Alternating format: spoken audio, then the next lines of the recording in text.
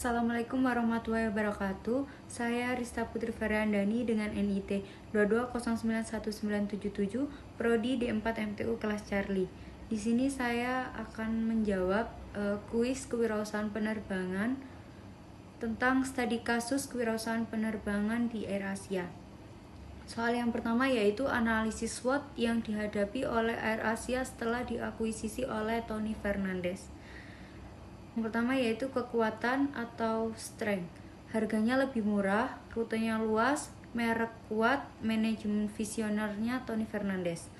Dan yang kedua, kelemahan atau weakness. Tergantung harga bahan bakar, citra terpengaruhi keterlambatan, persaingan harga ketat.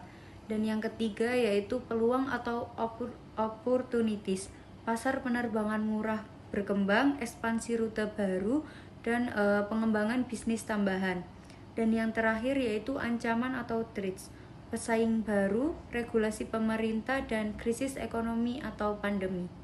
Soal yang kedua yaitu inovasi teknologi. Bagaimana perusahaan teknologi informasi dan platform digital membantu perusahaan dalam operasi dan pemasaran, yaitu dengan cara yang pertama, penjualan online, memangkas biaya distribusi dan memudahkan pelanggan.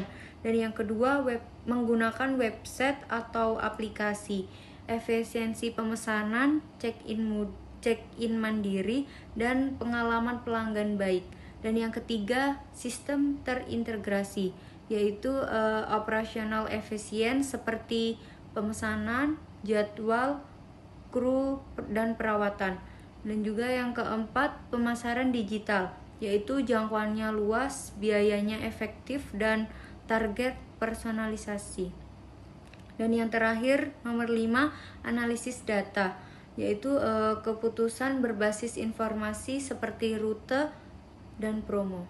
Soal yang ketiga yaitu tantangan di masa depan. Tantangan yang mungkin dihadapi oleh AirAsia di masa depan yaitu yang pertama, persaingan harga, kedua, kenaikan biaya, ketiga, perubahan konsumen. Yang pertama, persaingan harga. Tantangannya yaitu banyak saingan, harus tetap mempunyai harga yang menarik. Solusinya yaitu inovasi untuk menekan biaya dan membuat operasional lebih efisien supaya bisa tetap bersaing. Dan yang kedua, kenaikan biaya. Tantangannya yaitu harga bahan bakar dan biaya operasional naik. Solusinya yaitu cari cara supaya kerja lebih efisien dan menggunakan strategi keuangan untuk melindungi dari naiknya harga bahan. Dan yang ketiga, perubahan konsumen.